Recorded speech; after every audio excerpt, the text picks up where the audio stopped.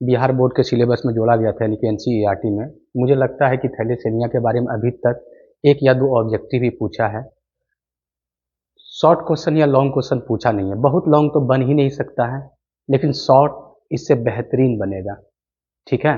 तो इसलिए मैंने थैलेसीमिया डाला है। सिकल सेल एनीमिया के बारे में आप जानते हैं कि यह एक ऐसा बीमारी है जो कि आनुवंशिक बीमारी है। और देखो, जो भी बीमारी आनुवंशिक है उसको पहला वर्ड तो हम लोग को लिखना ही है कि यह एक आनुवंशिक बीमारी है। तो सिकल सेल एनीमिया एक आनुवंशिक बीमारी है जिसमें कि आपका आरबीसी का जो कोशिका होता है, आरबीसी जो होता है आपका कैसा होता है हम लोगों को पता है। ये आपका गोलाकार होता है, समान आकार जो होता है, और इसी का आकार आपका कैसा हो जाता है, दांत के जैसा। इसको कचिया कहते हैं और हंसिया कहते हैं। कुछ लोग इसे चांद भी कहते हैं, कुछ लोग इसे चांद भी कहते हैं। इस आकार का शेप हो जाता है इस बीमारी में। और उसमें क्या होता है एक्चुअली, ये जो ऑक्सीजन को ढोने वाला जो आपका हीमोग्लोबिन है, हीमोग्लोबिन का नाम सुना होगा आपने। ये ऑक्सीजन को ढोने वाला जो हीमोग्लोबिन है वही प्रभावित होता है। क्यों? क्योंकि मैं एक बात बताना चाहता हूँ कि हीमोग्लोबिन तुम जानते हो कि कितने चेन से बना होता है, तो तुमको पता है कि 4 चेन से बना होता है। हाँ, देयर आर 4 चेन्स होते हैं, वहाँ 4 श्रृंखला होता है। 2 अल्फा होता है एंड 2 बीटा होता है, ठीक है। और इसमें जो बीटा चेन है, उसी बीटा चेन के छठा पोजीशन पर, जो छठा पोजीशन पर जो जीन है वो है ग्लूटामिक एसिड बनाने वाला। वही छठा पोजीशन में जो जीन है उसी में पॉइंट म्यूटेशन होता है, यानी एक म्यूटेशन होता है, एक क्षार चेंज करता है, जिसको नाइट्रोजन क्षार कहते हैं। इसके बाद उसका बीटा चेन चेंज कर जाता है। जैसे ही बीटा चेन चेंज हुआ तो अब ग्लूटामिक एसिड नहीं बनाता है। प्रोटीन जब बनता है, यानी कि बीटा चेन जब बनता है, तो उसमें आपका वैलिन बनता है। इस तरह से उसका हीमोग्लोबिन का डिफॉर्म स्ट्रक्चर हो जाता है, स्ट्रक्चर बर्बाद हो जाता है, जिसके कारण क्या होता है, आपका हीमोग्लोबिन का स्ट्रक्चर भी बर्बाद हो जाता है। अतः आपका खिंचाव हो जाता है हीमोग्लोबिन में, जिसके कारण आपका आरबीसी का भी आकार चेंज हो जाता है और ऑक्सीजन को नहीं ढो पाता है।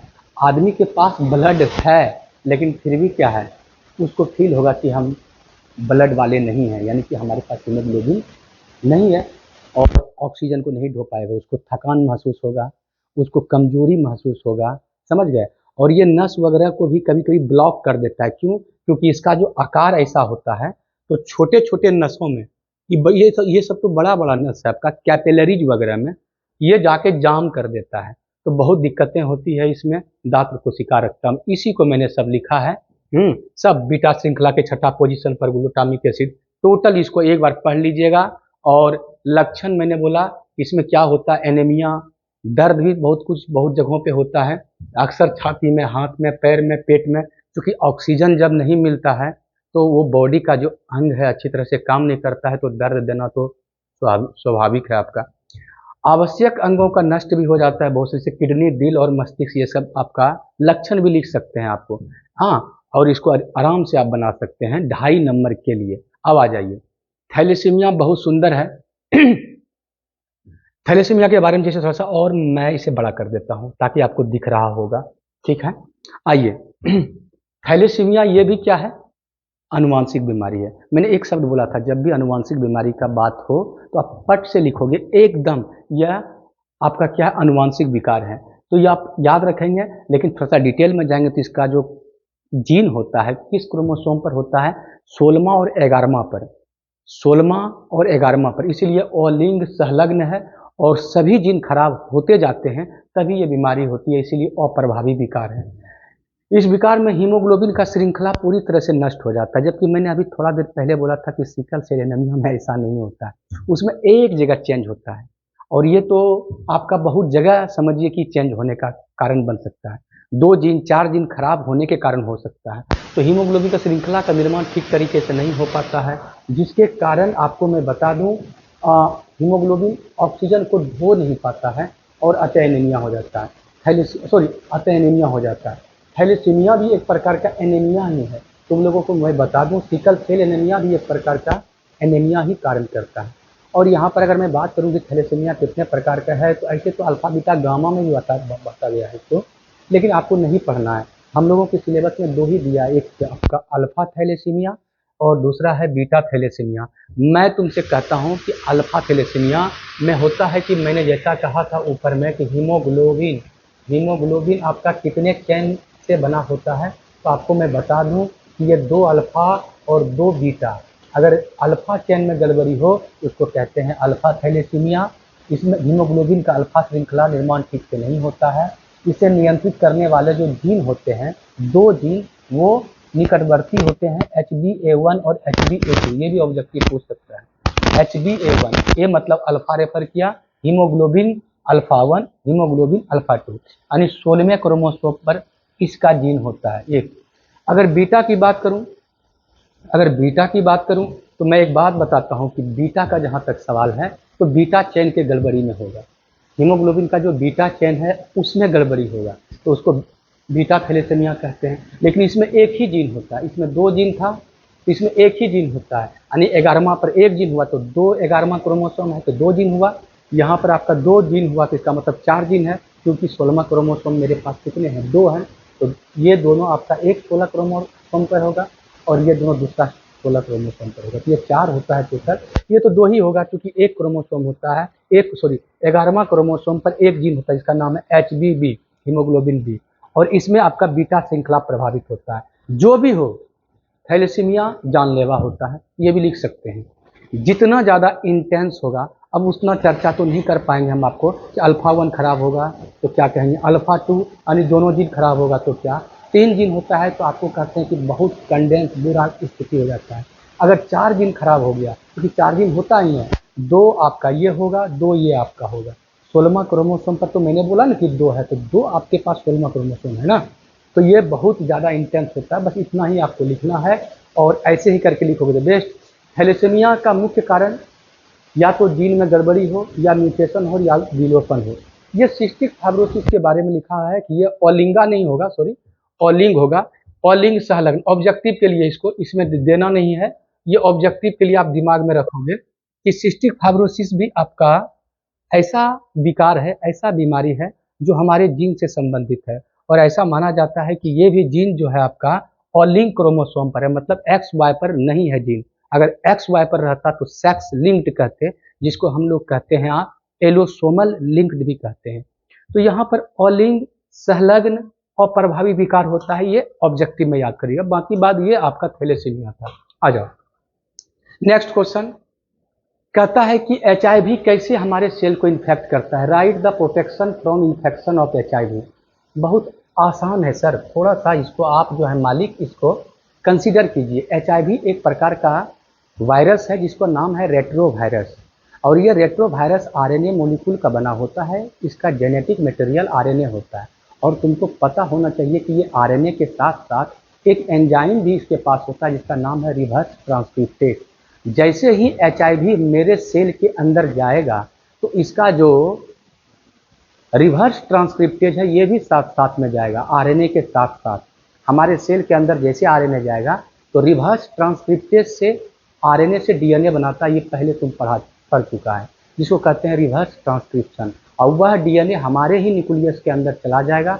जब हमारा न्यूक्लियस एक्टिव होगा, जब हमारा क्रोमोसोम एक्टिव होगा, तो जैसे जैसे वो प्रोटीन बनाएगा तो वायरस का भी प्रोटीन बनेगा, और वो वायरस का प्रोटीन फिर से जुड़ करके नया वायरस बनाएगा। इस तरह से हमारे सेल में बहुत सारे वायरस बनते जाएंगे। एक समय ऐसा आएगा कि हमारे ही सेल को तोड़ के बाहर निकल जाएगा वायरस, फिर रेडी हो जाएगा दूसरे सेल को संक्रमण करने के लिए। तो यही पूरा प्रोसेस तो मैंने बताया है। तो CD4+ T कोशिकाएं ये हाईफाई नॉलेज के लिए है, आप उसके बदला T हेल्पर सेल लीजिएगा, क्योंकि मैं जानता हूं कि HIV जब हमारे शरीर में जाता है तो सामान्य कोशिका को पहले नष्ट नहीं करता है, पहले पसंदीदा, जैसे हम लोगों के लिए जो खाना होता है, हम लोग जानते हैं कि हम लोग जब खाना खाते हैं तो दाल भात या जो भी हमारे इर्द गिर्द है खाते हैं, लेकिन अगर कभी पसंदीदा खाना हो, ठीक है, तो पहले हम वो पसंद वाला खाना खाएंगे ना। उसी तरह HIV हमारे अंदर जाके पहले T हेल्पर सेल को तोड़ता है, और T हेल्पर सेल हमारे इम्यून सिस्टम के लिए बहुत ज़रूरी है। अगर हमारा इम्यून सिस्टम आपको मजबूत रखना है तो टी हेल्पर सेल की संख्या ज़्यादा होना चाहिए। और HIV जिसको कहते हैं रेट्रोवायरस, इसी को तो तोड़ता है, और जब इसको तोड़ देगा तो मेरा इम्यून सिस्टम जो है कमज़ोर हो जाएगा और विभिन्न प्रकार के बीमारी से लड़ने की क्षमता कम हो जाएगा। जब लड़ने की क्षमता कम हो जाएगा तो आप यकीन मानो कि हमारा एक बीमारी हो जाएगा हमारे पास, जिसका नाम है एड्स, जिसका नाम है एक्वायर्ड इम्यूनो डेफिशिएंसी सिंड्रोम। मतलब हमारे पास इम्यून सिस्टम कमज़ोर पड़ गया, समझ गए। अब जो भी बीमारी मेरे पास आएगा वो होके रहेगा और हमको बर्बाद करके रहेगा। और इसी को हम लोग, आप पूरा तरह से लिख दिए हैं कि एड्स हो जाएगा, और इसी को मैंने आपको आपके सामने थोड़ा सा स्ट्रक्चर से मैंने समझाया कैसे मेरे अंदर जाता है। ये फिगर तो ज़रूर से ज़रूर दिमाग में एक बार रखना और प्रैक्टिस करना। NCERT का ही फिगर है, थोड़ा अपने ढंग से बनाए हैं कि बच्चा बना सकता हो, और बच्चा बनाएगा क्यों नहीं भाई। एक बार प्रैक्टिस आप पहले को किए हो, एक बार क्रैश कोर्स में किए हो, और बाकी बात आप इधर उधर से एक बार पढ़े लिखे हो, तो इसके बाद निश्चित हो जाएगा। देखिए ये क्या है आपका रेट्रोवायरस। मैं यहाँ पे बोल देता हूँ कि ये आपका है रेट्रोवायरस। ये रेट्रोवायरस पहले हमारे सेल में अंदर जाता है तो हमारे सेल पर बैठता है। ये मानव का कोशिका है, ये मानव के कोशिका के ऊपर ये जाकर के बैठता है। तो इसका जो आउटर मेम्ब्रेन है, मेम्ब्रेन होता नहीं है, आउटर कवर जो होता है, ये इसके कवर पर जो है रिसेप्टर होता है। किसके कवर पर? मानव कोशिका के कवर पर। और वैसे रिसेप्टर मतलब कुर्सी होता है, उस पर जाके बैठ जाता है। जैसे कि हम तुम्हारे घर जाएंगे तो अगर तुम हमको बैठने का नहीं देगा तो हम कैसे बैठेंगे। उसी तरह जब ये हमारे मेहमान है, हमारे सेल के पास आया है, इसे बैठने के लिए कुर्सी देता है। जो आपको हाई लेवल पे पढ़ना है उसका नाम है को रिसेप्टर और रिसेप्टर, जो कि अभी नहीं पढ़ना है आपको, ठीक है। तो ये रिसेप्टर पर जैसे ही बैठा तो ये जो आपका RNA है, इसका जो है सिर्फ ये RNA जाता है। रेट्रोवायरस का बाहर का प्रोटीन जो है ये हरा वाला ये नहीं जाता है। साथ साथ में मैंने बोला था कि एक इसका दोस्त जाता है, इसका नाम है रिवर्स ट्रांसक्रिप्टेज। तो ये रिवर्स ट्रांसक्रिप्टेज, ये बिंदा वाला जो है वो गया, वायरल RNA रेट्रोवायरस का RNA अंदर गया। जैसे ही गया तो उससे RNA से DNA बना देता है। कौन? ये आपका रिवर्स ट्रांसक्रिप्टेज। और ये DNA आपका मेरे सेल के न्यूक्लियस के अंदर जाता है और मानव DNA में समाहित हो जाता है। तो हमारे DNA में समाहित हो गया। अब मेरा DNA दो काम करता है जब भी एक्टिव होता है। तो DNA से RNA बनाता है जिसको कहते हैं अनुलेखन, या तो फिर अनुलेखन से प्रोटीन बनेगा। तो अनुलेखन प्लस अनुवादन एक साथ मैंने लिख दिया कि बच्चा को परेशानी नहीं होगा, किताबी नॉलेज नहीं रहना चाहिए, ठीक है। थोड़ा अपना समझ होना चाहिए कि RNA बनेगा तो फिर क्या बनेगा आपका, उसका प्रोटीन भी बनेगा mRNA से। तो यही RNA बनाया, उसके बाद प्रोटीन बनाया। जैसे प्रोटीन बना तो जितना जो वायरस का प्रोटीन है सब फिर वही बनाएगा, ये प्रोटीन बनाएगा। और ये जो आपका रिवर्स आपका ट्रांसक्रिप्टेज ये भी बनाएगा, और RNA भी कुछ बना रहेगा mRNA, और सबको एक साथ अंदर कर लेगा। और इसी तरह से फिर बहुत सारे वायरस हमारे अंदर जमा होते जाएंगे सेल के अंदर। जब बहुत विशाल काय संख्या में बन जाएगा तो ये टूट जाएगा, और टूट करके इस सेल को तोड़ देगा, और फिर ये दूसरे निकल करके दूसरे कोशिका को संक्रमण के लिए तैयार रहेगा। ये HIV का कोशिका का संक्रमण का पूरा आपका डेटा था यहाँ पर। और इस फिगर से आप आराम से सब लिख सकते हैं, जो कि जैसा कि मैंने ऊपर लिखा है। बस एक चीज़ मैंने थोड़ा सा एडवांस कर दिया था, क्योंकि इंग्लिश वाले को भी किया था, जो कि आपका ऐप्स में पढ़ाते हैं। तो वहाँ पर जो ऐप्स में पढ़ता है हिंदी वाले को भी, तो वहाँ आपको समझा हुआ रहता है कि CD4+ जो है टी कोशिका, ये टी हेल्पर सेल का टाइप है, इसी को पहले वो बर्बाद करता है। तो आप लिखेंगे टी हेल्पर सेल, ठीक है।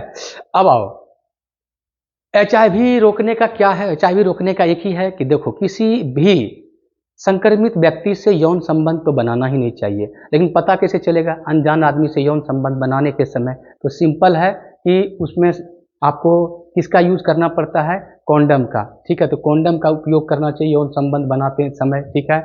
संक्रमित रक्त से बचाओ, यानी किसी का भी अगर आप ब्लड लेते हैं या किसी को देते हैं, निश्चित तौर पर संक्रमित रक्त से बचना चाहिए। उसका पहले स्क्रीनिंग करना चाहिए, उसका पहले टेस्ट करना चाहिए कि HIV से पीड़ित है कि नहीं है। नहीं तो ब्लड ऐसे दे देना और उसको मार देना तुम, ठीक है।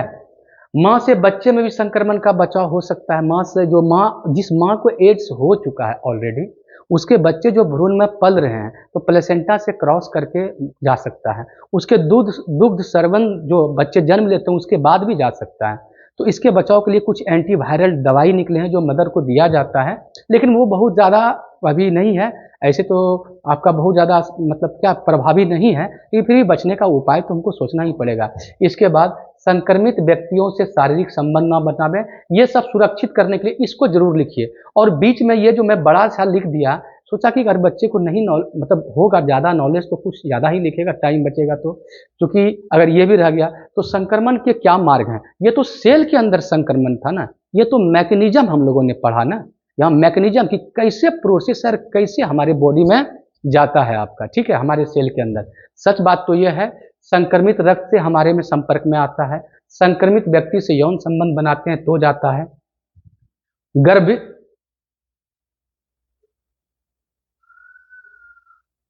माँ से बच्चे में संक्रमण, और माँ से मतलब जो प्रेग्नेंट वुमेन है, संक्रमित सुई का उपयोग कर सकते हैं। जिसे ड्रग्स लेने वाले आजकल क्या करते हैं, ड्रग्स तो महंगा होता है, तो 5 ml लेगा 20,000 25,000 का, और सबको क्या है 5 ml नहीं देना है या 8 ml जितना भी लेगा, एक सिरिंज लेगा जो 25-30 हज़ार दाम रहता है, 50,000 दाम रहता है। तो उतने 50,000 दाम रहेंगे तो फिर एक आदमी तो अफोर्ड नहीं कर सकता है, तो उसके लिए क्या करता है, सब मिल के लेता है। और अब कैसे बांटेगा भाई, एक 5 ml है तो 5 मतलब कि सिरिंज में अगर लिया, सुई में लिया तो वो तो बढ़ जाएगा और बहुत कुछ लगा हुआ रह जाएगा। तो एक ही सुई से एक ही निडल से सब लेता है ड्रग्स को, उसमें अगर किसी को रहा तो दूसरे को हो सकता है। और बाकी बात इसका कोई, एक बार तो बिहार बोर्ड में जैसा जानते हो एक बार सवाल पूछा है कैसा कि इसके क्या लक्षण है, तो शुरुआत का लक्षण तो पता ही नहीं चलेगा आपको, लेकिन ऐसा माना जाता है कि इसमें थोड़ा बहुत बुखार रहता है, आपका थकान रहता है, कमजोरी रहता है, गले में खराश रहता है, शरीर में थोड़ा ऐंठन और दर्द रहता है। ये सब कब, तुरंत तो नहीं लेकिन कुछ दिन के बाद। अब ऐसा नहीं कि किसी को बुखार रहेगा तुम बोल देना पकड़ के कूट देगा, समझ गया, ये एड्स हो गया, क्योंकि बुखार जो है इंडिकेशन है कि हमारे बॉडी में कुछ ना कुछ गलत हो रहा है। जरूरी नहीं कि HIV का है, राइनो वायरस का भी हो सकता है, इन्फ्लुएंजा भी हो सकता है, कोविड भी हो सकता है, वायरस का हो सकता है, सामान्य आप जो है एलर्जी के कारण भी बुखार आ सकते हैं, लेकिन इसमें लंबा बुखार रहता है। तो ये आपका हो गया एड्स के बारे में। अब आइए जेल इलेक्ट्रोफोरेसिस और genetic engineered insulin. Gel electrophoresis क्या है? जेल इलेक्ट्रोफोरेसिस एक टेक्निक है जिसमें कि DNA, RNA तथा प्रोटीन को हम लोग सेपरेट करते हैं, उसके टुकड़े को सेपरेट करते हैं करंट की मदद से। और जेल इसलिए बोला गया क्योंकि इसमें एक जेल बनाया जाता है, जो माथा में आप लोग जेल लगाते हैं और ऐसे बाल खड़ा करते हैं ना, पूरी तरह से जैसा रखते हैं वैसा ही रह जाता है, उसी तरह जेल तैयार किया जाता है। उस जेल में छेद रहता है, उसी छेद से आपका DNA जो है आपका मूव करता है। आप प्रोटीन चाहे तो उसे भी अलग कर सकते हैं, RNA चाहे तो उसे भी अलग कर सकते हैं। चूंकि हम जानते हैं कि DNA, RNA में आपका फॉस्फेट ग्रुप होता है और फॉस्फेट ग्रुप के कारण इस पर निगेटिव चार्ज होता है, तो DNA के टुकड़े पे भी निगेटिव चार्ज रहना ही रहना है। अब आइए, इसको सबको मैंने लिख दिया, ये एक टेक्निक है, इसमें DNA, RNA प्रोटीन को अलग किया जाता है, पृथक किया जाता है, DNA के टुकड़े में निगेटिव चार्ज है, मैंने सब कुछ बोल दिया आपको। और ये निगेटिव है तो पॉजिटिव की तरफ भागेगा। और इसके बाद बैंड्स बनता है, तो बैंड को देखने के लिए मैंने बताया था कि बैंड जहाँ पे DNA का बैंड, जैसे ये आपको नहीं दिखेगा, यहाँ मैंने हरा से दिखाया है, लेकिन ये तो समझाने के लिए, आपको दिखेगा नहीं तो क्या करेंगे, इसमें डालेंगे एक केमिकल जिसका नाम है एथिडियम ब्रोमाइड। और एथिडियम ब्रोमाइड डालने के तुरंत बाद UV का लाइट डाला जाता है, इसमें चमकीला आपको दिखता है कैसा, ऑरेंज कलर का, और इसको आप DNA को अलग कर सकते हैं। तो ये अलग करने का है, मगर DNA का ये जो आप क्या करते बोलिए, ये आप पहली बात तो इसमें आप जेल लेते हैं, आ जाओ, ये आपका है एक चैम्बर है, छोटा सा बॉक्स, टिफिन बॉक्स के जैसा रहता है, और इसमें आपने जेल डाला, जो व्हाइट वाला है जेल बनाया, पानी में गर्म करके एगारोज एक मटेरियल है जो पहले कई दफ़ा मैंने बात किया है तुमसे, आइसक्रीम का जो बनाया जाता है जेली टाइप का, उसमें भी एगारोज का यूज किया जाता है, हम लोग एक्सपेरिमेंट में भी यूज करते हैं। और इसमें जो है हम डाल देते हैं किसको बोलिए, तो एगारोज को डालने के बाद ये बैंड बन गया, इसके अंदर आपका छेद रहता है, इधर DNA का टुकड़ा को गड्ढा करके, जेल में गड्ढा करके, जेल जो है उसमें गड्ढा करके इसमें DNA के टुकड़े को डाल दिया, जिसको वेल कहा जाता है, कुआं। और इसके बाद यहाँ करंट डाला गया तो निगेटिव चार्ज होता है DNA पर, निश्चित रूप से पॉजिटिव की ओर भागेगा। जो छोटा डीएनए होगा वो स्पीड से भागेगा, जो बड़ा डीएनए होगा वो पीछे रह जाएगा। इसमें एक कलर भी डाला जाता है, जैसे ही यहाँ कलर पहुँचता है तो स्टॉप कर देते हैं किसको, करंट को, और हम समझ जाते हैं कि डीएनए मेरा अपने लंबाई के अनुसार क्या हुआ होगा, ये सेपरेट हो गया होगा। और ये डीएनए जब सेपरेट हुआ होगा, इसी को डीएनए बैंड कहते हैं। और ये कहलाता है, पूरा टेक्निक को क्या जेल में किया, करंट का यूज किया और डीएनए को अलग किया, that is called gel electrophoresis. इस फिगर को बनाओगे ना तो निश्चित रूप से आपको ऐसे भी नंबर देगा, और बस टेक्निक क्या करता है इसको बता देना है। अब आ जाइए, ये वाला क्वेश्चन आपका हो जाएगा जेल इलेक्ट्रोफोरेसिस। अब यहाँ पर है जेनेटिक इंजीनियरिंग इंसुलिन। आप तो जानते हो, अरे बाबा आप जानते हैं कि इंसुलिन कितना इंपॉर्टेंट है हमारे डेली लाइफ में, हमारे गांव में, हमारे पड़ोस में, हमारे इर्द गिर्द आपको पता चल गया होगा कि ये जो इंसुलिन है जिसके अंदर नहीं बनता है, उसको एक रोग होता है और भयानक रोग होता है जिसका नाम है डायबिटीज। डायबिटीज भी ऐसे 2-3 तरह के होते हैं, लेकिन जानलेवा हो जाता है लास्ट में, क्योंकि डायबिटीज जो है बढ़ते अगर किसी व्यक्ति में चला गया तो दिक्कत हो जाएगा, तो उसमें इंसुलिन की कमी होती है। अब इंसुलिन कहाँ बनता है, तो मानव में, और किसमें कमी हुआ तो मानव में। तो मानव से मानव में निकाल के इंसुलिन तो दे नहीं सकते, क्योंकि मेरे पास भी तो लिमिट बनेगा, आपके पास भी तो लिमिट बनेगा। साइंटिस्ट ने कहा ऐसा करते हैं कि हम मानव का, जिसे कोई एक्सीडेंट कर गया, उसका भीख में जीन मांग लेंगे कि हमको जीन दे दीजिए, ठीक है। पेंक्रियाज का कुछ हिस्सा ले लेगा, और पेंक्रियाज में जो बीटा सेल्स होते हैं, बीटा सेल्स में आपका क्या होता है, ये इंसुलिन जीन एक्टिव होता है। उस इंसुलिन जीन को निकाल करके और उस इंसुलिन जीन को वेक्टर के साथ जोड़ देते हैं, और फिर एक बैक्टीरिया में डालते हैं जिसका नाम है एस्चेरिचिया कोलाई। और फिर एस्चेरिचिया कोलाई को हम क्या करते हैं, कल्चर करते हैं, और कल्चर करने के बाद इंसुलिन को तैयार करके मार्केट में बेचते हैं। और उसी इंसुलिन को हम जब यूज करते हैं तो उसका मतलब है कि आपने अनुवांशिक कहीं ना कहीं ले जा करके किया, तो अनुवांशिक कहीं ना कहीं, चलिए किसी का फोन नहीं आया है, बचता है कभी कभी यूं ही, ठीक है। तो आप समझ लो कि ये रिकॉम्बिनेंट जो टेक्निक है, अनुवांशिक का मैंने सहारा लिया, जेनेटिक्स का सहारा लिया इंसुलिन को बनाने के लिए। इसी को आनुवंशिक रूप से इंजीनियर इंसुलिन कहा जाता है, और इसी के बारे में जितना मैंने बोला वही सब लिखा, जैविक रूप से तैयार किया जाता है। लेकिन ये सब जितना मैंने कहा कि मधुमेह बीमारी होती है, कहीं से लिया जाता है, कहीं डाला जाता है, ये सब तो तुम लिख सकते हो, एक बार पढ़ोगे तो तुमको जरूर होगा, क्योंकि जो लिखा है उसी को मैंने ही लिखा है और मैं ही बोल दिया। यहाँ पर लाइन बाय लाइन पढ़ने के बजाय मैंने आपको समझा दिया, एक बार देखोगे अपने ढंग से, अपने लहजा में तुम लिख देना है, ठीक है, और वेक्टर से। लेकिन एक बात तुम एक चीज जान लो कि आपका इंसुलिन जो होता है, पक्का रूप से एक चीज याद रखना कि इंसुलिन जो जीन होता है उसमें 2 चेन होता है, एक ए चेन और बी चेन। तो ए चेन का जीन और बी चेन का जीन दोनों को अलग अलग बैक्टीरिया में डाला जाता है।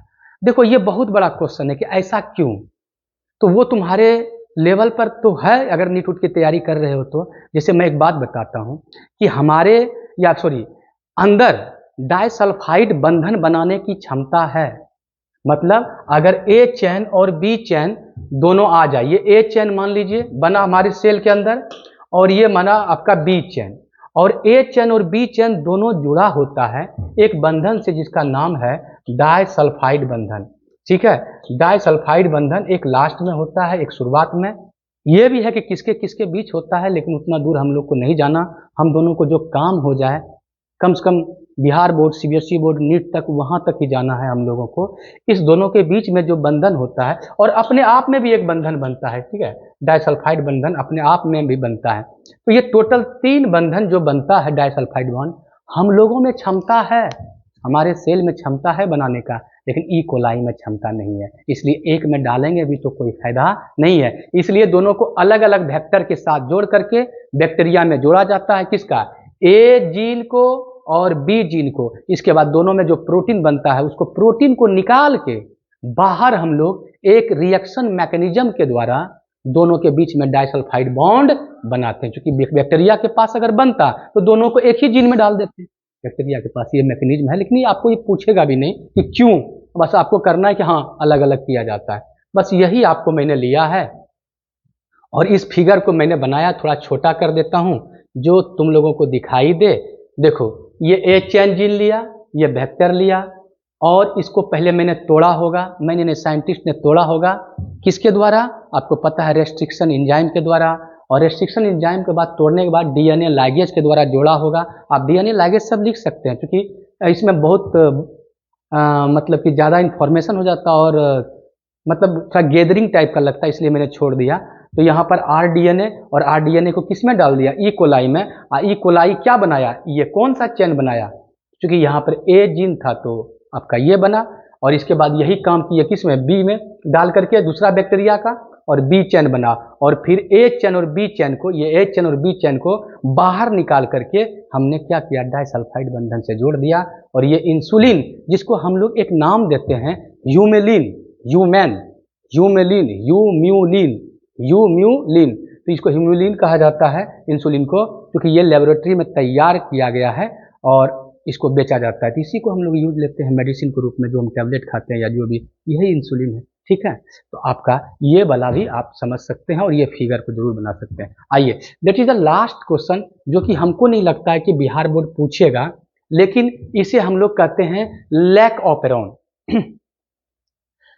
ये पेचीदा सवाल तभी पूछ सकता है कि बिहार बोर्ड जब 2024 के जैसा ऐसे लॉन्ग क्वेश्चन कभी हार्ड नहीं पूछा है। 2018 में थोड़ा बहुत पूछा था, 2014 में बहुत अच्छा क्वेश्चन पूछा था।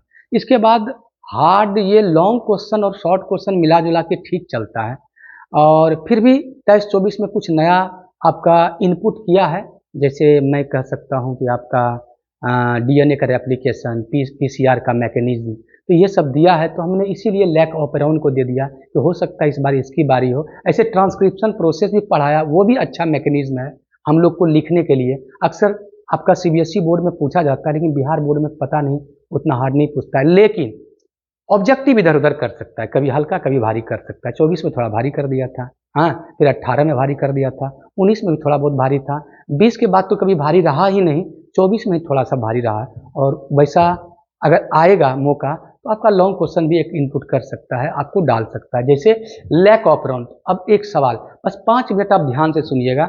अगर नहीं होगा ना, तो आप जो मैंने कहा लास्ट में फिगर बना देंगे, उससे भी नंबर मिल जाएगा, लेकिन 2-4 लाइन लिखना है, अगर इतना नहीं लिख पाएंगे तो। पहली बात, लैक ऑपेरॉन का खोज किया है आपका जैकब और मोनार्ड। कल ही तो मैंने कहा था ऑब्जेक्टिव के लास्ट में। और मैं एक बात बताना चाहता हूँ, ये है क्या लैक ऑपेरॉन? तो lac operon group of genes हैं। अरे क्रोमोसोम के ऊपर जीन रहता है मालिक, क्रोमोसोम के ऊपर जीन रहता है, तो ग्रुप ऑफ जीन है, यानी डीएनए का एक चेन था, तो ग्रुप ऑफ जीन है जो एक साथ एक्टिवेट होता है, एक साथ डीएक्टिवेट होता है, इसको हम ऑपेरॉन कहते हैं। लेकिन यहाँ पर क्या है, लैक क्यों लगा हुआ है? तो लैक का मतलब होता है लैक्टोज। अगर लैक्टोज को बैक्टीरिया यूज करता है, बैक्टीरिया जैसे हम लोग का सेल क्या खाता है, तो हम लोग का सेल खाता है ग्लूकोज, तो बैक्टीरिया भी सेल है, वो भी ग्लूकोज खाता है। लेकिन अगर बैक्टीरिया को ग्लूकोज ना मिले और क्या मिलने लगे पता है? लैक्टोज, तब उसका जीन जो होता है बैक्टीरिया के पास होता है, जिसका नाम है लैक ऑपेरॉन, वो एक्टिवेट होता है। और इसी मैकेनिज्म को हम लोग समझते हैं, इसको कहते हैं जीन नियंत्रण, जेनेटिक का नियंत्रण। कैसे कैसे? पहले जैसे मैं जाऊंगा तो इतने रात हो रहे हैं, जो कि मैं क्या बताऊं, बहुत रात हो रहे हैं, क्योंकि हमको तुमको वीडियो प्रोवाइड करना था, क्योंकि हमको ये क्वेश्चन कराना था, तो मैं यहाँ पर आ गया, ठीक है, और यहाँ से करके मैं जाऊंगा। अब एक सवाल है कि मैं जाऊंगा तो ये स्विच पहले आया होगा, तो मैं स्विच ऑन किया होगा, ये जितने भी हैं इसको भी स्विच ऑन किया होगा। जाएंगे तो स्विच ऑफ करेंगे, तो जरूरत हुआ तो इसको ऑन किया ना, जरूरत नहीं था तो ऑफ। वही बात है, लैक ऑपेरॉन आपका जीन का समूह है, जरूरत पड़ने पर इसको ऑन करते हैं और जरूरत नहीं करने पर बैक्टीरिया इसको ऑफ करता है। इसी को कहते हैं आपका जीन नियंत्रण। क्या बोलते हैं? जीन नियंत्रण का मैकेनिज्म, इसको कहते हैं आप क्या, ये ऑपेरॉन प्रणाली जो है जीन प्रणाली है, जिसमें आपको क्या कहते हैं, मैंने बोल दिया है कि ई कोलाई बैक्टीरियम हमने स्टडी किया था। लैक ऑपेरॉन का अध्ययन जो है जीन का अभिव्यक्ति, यानी जीन कैसे अपने आप को अभिव्यक्त करता है, अपने आप को प्रदर्शित करता है, तो जीन अभिव्यक्ति के नियंत्रण और नियमन को समझने के लिए मोनाड और जेकब 1961 में इस लैक ऑपरेन को प्रस्तुत किया। तो लैक ऑपरेन के पास बहुत सारे जीन होते हैं, लेकिन मेन जीन जो होते हैं जो 3 होते हैं। जया बच्चन तो याद होगा ना, अमिताभ बच्चन की जो हैं, आप समझ गए होंगे कि वाइफ हैं, उन्हीं के नाम से मैं याद रखा हूं, ऐसा नहीं कि उन्हीं के नाम से पढ़ा, ऐसा मत लिख देना एग्जाम में, ठीक है। जिसका नाम है आपका जया।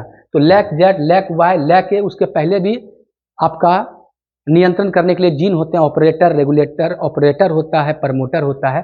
तो ये सब आपका मेन जीन है जया। ये क्या करता है, कुछ प्रोटीन बनाता है। कब? जब लैक्टोज को यूज करना होता है। तो लैक्टोज को यूज नहीं करना तो ये तो ऑफ रहेगा।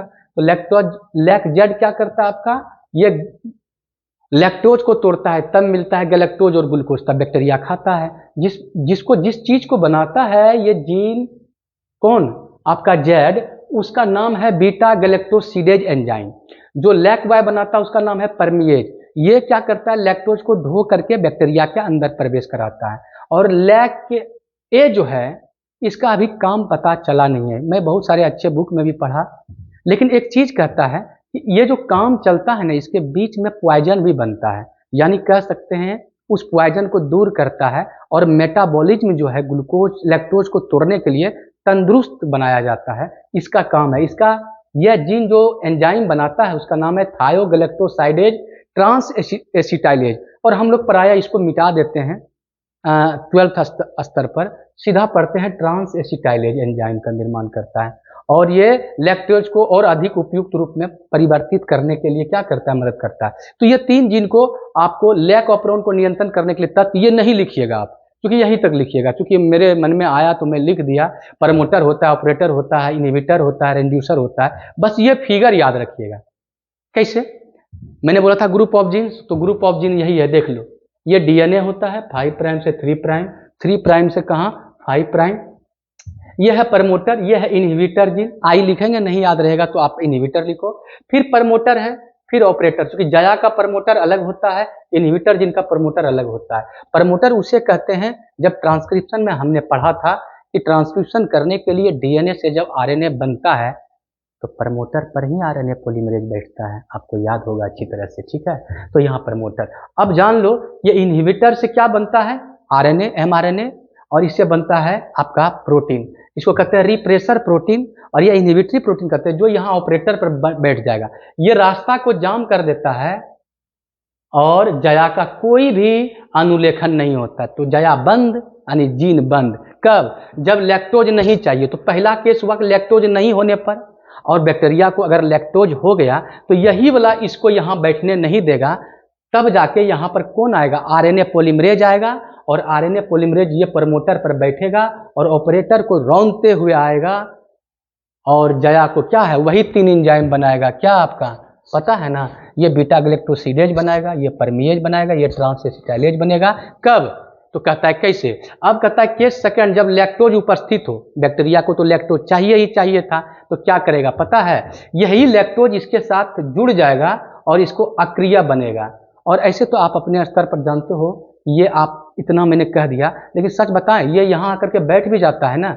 अगर यह लैक्टोज आ जाएगा तो उसको यहाँ से हटा देता है, क्योंकि ये एक पॉलीपेप्टाइड नहीं बैठता है, 4 पॉलीपेप्टाइड बैठता है। तो भैया उस सब हमको अभी मालिक बोलना ही नहीं है बाबा, हमको बस इतना ही बोलना है कि लैक्टोज जब रहा इसको अक्रिया कर दिया, किसको, रिप्रेसर प्रोटीन को, और अक्रिया हो गया तो ये यहाँ बैठ नहीं पाया, और प्रमोटर पर कौन बैठ गया, आरएनए पॉलीमरेज। आरएनए एकदम चलता गया और जया को पढ़ करके क्या हुआ, डीएनए से आरएनए बनाया, अनुलेखन, और जैसे अनुलेखन होगा तो उससे ट्रांसक्रिप्शन भी होगा, ट्रांसलेशन, और ट्रांसलेशन होगा तो कौन कौन क्या बनाएगा, जेड के सामने बोले थे बीटा गैलेक्टोसिडेज, वाई के सामने क्या बोले थे, परमिएज, और एक सामने क्या बोले थे आपका ट्रांस एसिटाइलेज। और ये तीनों एंजाइम किस लिए चाहिए पता है ना, इसलिए चाहिए कि ये लैक्टोज को अच्छी तरह से यूज कर सकता है बैक्टीरिया, नहीं तो बैक्टीरिया भूखे मर जाएगा, क्योंकि ग्लूकोज नहीं रहेगा। अगर लैक्टोज रहा तो लैक्टोज को ही खाएगा, समझ गए ना। और अगर तुमको कोई पूछेगा अगर ग्लूकोज रहा तो बोलना ये वाला ऑफ रहेगा, क्योंकि क्या जरूरी है उसको, जब ग्लूकोज मिल ही रहा है तो ये आपको कोई जरूरी नहीं है लैक्टोज का यूज करना। जब हमारे एग्जाम वाले, हाँ, हमारे बिहार सरकार जब हमको 140 दे ही रहा है, 70 दूना 140, समझ गए ना नंबर का, तो हमको क्या जरूरी है पढ़ना, हम क्यों ऑन होंगे? हम तो ऑफ तब होंगे, हाँ, जब हमको 70 सवाल पूछेगा और 70 में 70 बनाना होगा। हाँ, 35 ऑब्जेक्टिव और लॉन्ग और शॉर्ट, लेकिन जब दुगना दे रहा है तो हम क्या करेंगे? थोड़ा इनएक्टिव हो जाएंगे। लेकिन अगर आपका दुगना नहीं दिया तब आप एक्टिव रहेंगे। तो आप लोग एक्टिव बनने की कोशिश कीजिए। एग्जाम अपने जगह है, नॉलेज अपने जगह है। आ जाओ, ये लैक ऑफ राउंड। इसके बाद मैं आपके लिए लिखा हूँ best of luck from Arya biology from Diwakar sir. और एक नहीं, पूरे बिहार के बच्चों को, सभी को जो मेरे पास पढ़ता हो, कहीं पढ़ता हो, उससे कोई लेना देना नहीं है। अच्छे से बेस्ट ऑफ लक। और सच बात तो ये है कि देखिए, नॉलेज तो आपने क्या पाया है, ये 1 साल का मेहनत है, एक दिन में नहीं होता है। दोनों तरफ से मेहनत होता है, टीचर के तरफ से भी और स्टूडेंट के तरफ से। ये नहीं कि स्टूडेंट पढ़ रहा है तो टीचर नहीं पढ़ा रहा है, और टीचर अच्छी तरह से मेहनत कर रहा है तो स्टूडेंट नहीं कर रहा है, दोनों तरफ से। लेकिन ये सिचुएशन अब धीरे धीरे 1-2 साल में ठीक होगा, क्योंकि मैं मानता हूँ कि बिहार सरकार अब शिक्षा पे ध्यान दिया है। और कोरोना के बाद तो और कतन बद से बदतर हो गया था, लेकिन धीरे धीरे अब हम लोग अच्छे दौर में जाएंगे। और तब तक के लिए पहले तो एग्जाम के लिए सबको मस्ती से, जितने भी बिहार के स्टूडेंट हैं सबको, और इवन झारखंड जितने भी हैं, अपने अपने स्टेट बोर्ड के लिए सबको, लेकिन हम तो पहले यहाँ बिहार के लिए ज़्यादा कहेंगे, क्योंकि यहाँ पर तो उसी के पर्पज़ से आए हैं। सभी बच्चों को बेस्ट ऑफ लक। मस्त रहिए, अच्छा से पढ़िए, कॉन्सेप्ट क्लियर करके पढ़िए, और कम पढ़िए, और ज़्यादा इधर उधर जितना पढ़े हैं उसी को संग्रहित कीजिए और उसी को बढ़ाइए। ज़्यादा पढ़ने से अब नहीं, क्योंकि दिमाग इधर उधर भागेगा तो जो पढ़े हैं वो भी इधर उधर निकलेगा ना। ये भी तो बेचारा टॉलरेट करता है बड़ा मुश्किल से ना। तब तक के लिए विदा लेते हैं, और बाकी बात कुछ ऑब्जेक्टिव बनाएंगे, जैसा कि मैंने बोला कि हमको गाँव जाना है, क्योंकि हमारे घर में श्राद्ध है, तो मैं यहाँ पर हूँ। 1-2 दिन में मैं चला जाऊँगा, तो 1-2 दिन में मैं अगर ऑब्जेक्टिव कर दिया तो कुछ कर दूंगा, नहीं तो अपलोड कर दूंगा। बाकी बात बाय। और बहुत पढ़ाया है आप लोगों को, थैंक यू वेरी मच।